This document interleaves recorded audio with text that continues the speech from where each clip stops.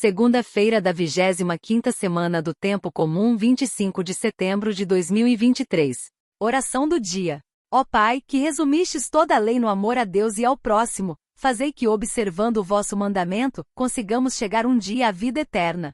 Por nosso Senhor Jesus Cristo, vosso Filho, na unidade do Espírito Santo. Primeira leitura. Início do livro de Esdras, capítulo 1, versículos do 1 ao 6.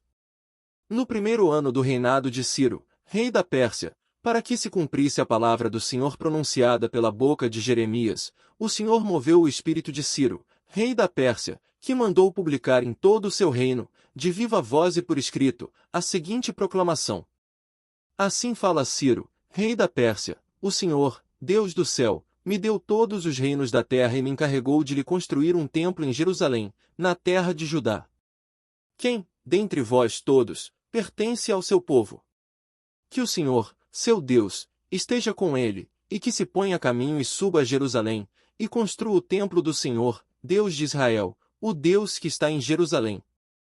E a todos os sobreviventes, onde quer que residam, as pessoas do lugar proporcionem prata, ouro, bens e animais, além de donativos espontâneos para o templo de Deus, que está em Jerusalém. Então se levantaram os chefes de família de Judá e de Benjamim, os sacerdotes e os levitas, todos aqueles que se sentiram inspirados por Deus para ir edificar o templo do Senhor, que está em Jerusalém. E todos os seus vizinhos lhes trouxeram toda espécie de ajuda em prata, ouro, bens, animais e objetos preciosos, sem falar em todas as doações espontâneas. Palavra do Senhor. Graças a Deus. Salmo responsório 125, 126. Maravilhas fez conosco o Senhor. Quando o Senhor reconduziu nossos cativos, parecíamos sonhar e encheu-se de sorriso nossa boca, nossos lábios, de canções. Maravilhas fez conosco o Senhor. Entre os gentios se dizia, maravilhas fez com eles o Senhor. Sim, maravilhas fez conosco o Senhor, exultemos de alegria. Maravilhas fez conosco o Senhor. Mudai a nossa sorte, ó Senhor, como torrentes no deserto. Os que lançam as sementes entre lágrimas, ceifarão com alegria. Maravilhas fez conosco o Senhor. Chorando de tristeza sairão, espalhando suas sementes, cantando de alegria voltarão, carregando os seus feixes. Maravilhas fez conosco o Senhor. Proclamação do Evangelho de Jesus Cristo segundo São Lucas, capítulo 8, versículos do 16 ao 18. Naquele tempo, disse Jesus à multidão, e ninguém acende uma lâmpada para cobri-la com uma vasilha ou colocá-la debaixo da cama, ao contrário, coloca-a no candeeiro, a fim de que todos os que entram, vejam a luz. Com efeito, tudo o que está escondido deverá tornar-se manifesto, e tudo o que está em segredo deverá tornar-se conhecido e claramente manifesto. Portanto, prestai atenção à maneira como vós ouvis. Pois a quem tem alguma coisa, será dado ainda mais, e àquele que não tem, será tirado até mesmo o que ele pensa ter. Palavra da salvação. Glória a vós, Senhor.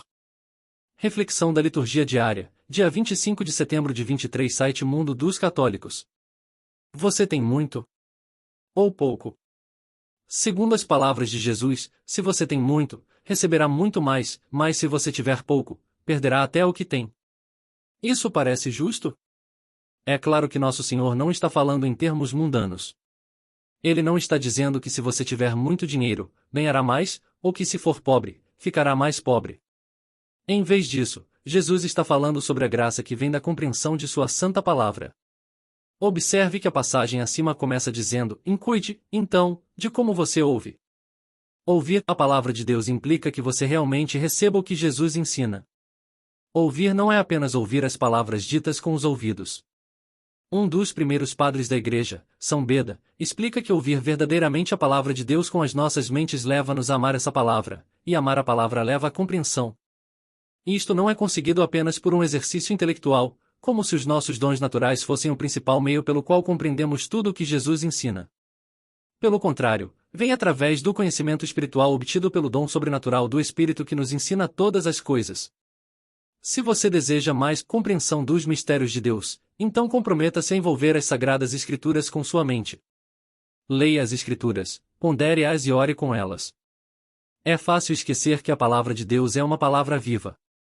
Isso significa que quando mergulhamos nas Escrituras em espírito de oração, encontramos o próprio Deus em espírito de oração. Deus está vivo em Sua Santa Palavra. Nós o encontramos pessoalmente, e isso acontece apenas por uma graça especial que devemos estar abertos para receber.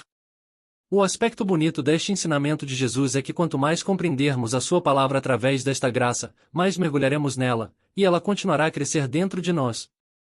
Se, no entanto, dedicarmos pouco tempo ao envolvimento da Palavra de Deus em oração, começaremos a esquecer, por assim dizer, as profundezas espirituais da sabedoria de Deus.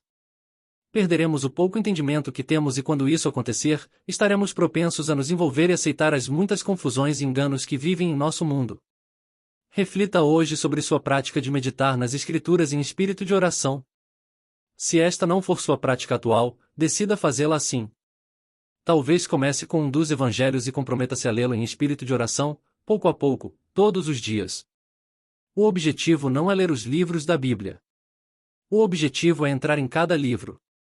Cada capítulo e cada linha nos fornecem uma profundidade de visão e compreensão espiritual que estão apenas esperando para serem dados e recebidos. Comprometa-se com esta prática sagrada e você ficará surpreso com as riquezas espirituais que Nosso Senhor lhe concede. Quem acende uma lâmpada para cobri-la? Homilia do dia 25 de setembro de 2023, site Pocket Terço. Cristo quer que o seu Evangelho, luz para as nações, seja pregado sobre os tetos, a fim de que todos se iluminem e conheçam a verdade. No Evangelho de hoje, o Senhor explica algumas das consequências da parábola do semeador, proclamada no sábado passado. Como sabemos, Jesus pregou esta parábola às multidões, mas não foi compreendido.